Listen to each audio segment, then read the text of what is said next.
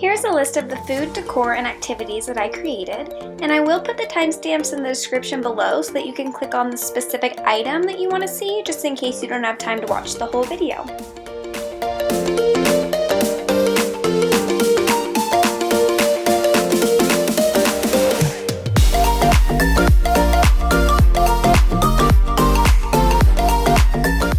For the paint swatch utensil holders, you will need paint swatches from Home Depot, utensils, a glue gun, and scissors. Simply glue the two swatches together, leaving the top portion open to place your utensils. And I don't like when the hot glue is seeping out of the edges, so I always glue a few centimeters from the edge and then trim off the edges that aren't glued together. And I think this just creates a nice clean appearance. Now go ahead and pop your utensils in and you are good to go.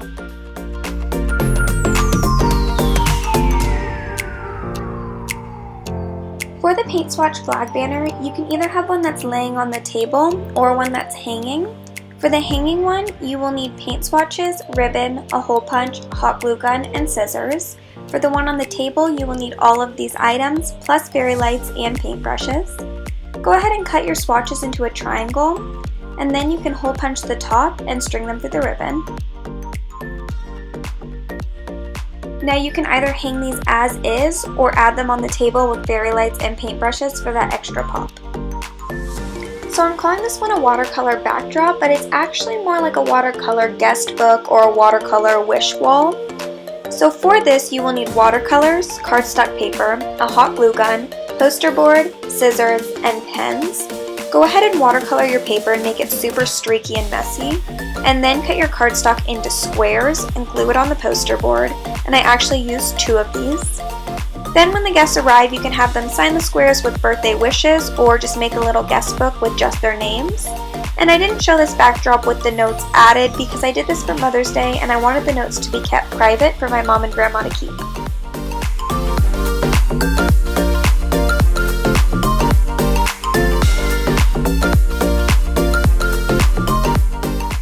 For the paintbrushes, you will need wax paper, Rice Krispie treats, melting chocolate, sprinkles, and popsicle sticks. This one is pretty self-explanatory. Just stick a popsicle stick in the treat, dip it in melting chocolate, and add your sprinkles. And one tip that I do have for this is to make sure your popsicle stick is 3/4 of the way down so that it will actually stay in the treat when it's lifted.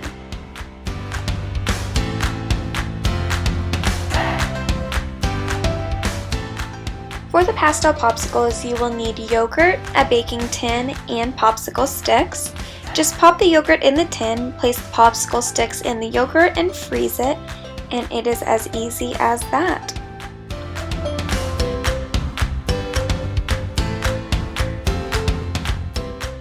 For the color wheel cups, you will need paintbrushes, 3 fruits of your choice, and clear cups. Just stack your fruit, add the brushes, and you are done. For the canvas crackers, you will need crackers, a colored cream cheese, or plain cream cheese with food coloring, and sprinkles. And I won't bore you guys with me spreading cream cheese, so that is that for this one. For the painter's palette, you will need paint swatches, paint brushes, and colorful foods. Now lay your foods in a pinwheel design and make sure that the paint swatch coordinates with the food color. Since this is a quarantine party for a few amount of people, you can actually make everyone a tray that matches their personal palette. And this was my mom's tray, and I know she eats like a rabbit, but these are her favorite foods. For the creative juices, you will need jars, straws, a drink of your choice, and a fruit of your choice. And I actually used the pink drink from Starbucks, but you can obviously use any juice and any fruit for your drink. For the create your own cupcake activity, you will need cupcakes, a color wheel, and sprinkles, and just give everyone their own set of sprinkles, their own cupcake, and you can have a cupcake decorating contest.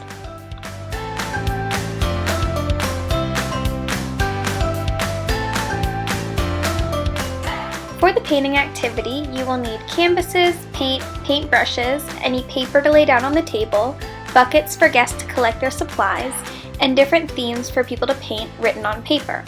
I wrote these different themes related to the guest of honor and placed them in a bucket for people to draw.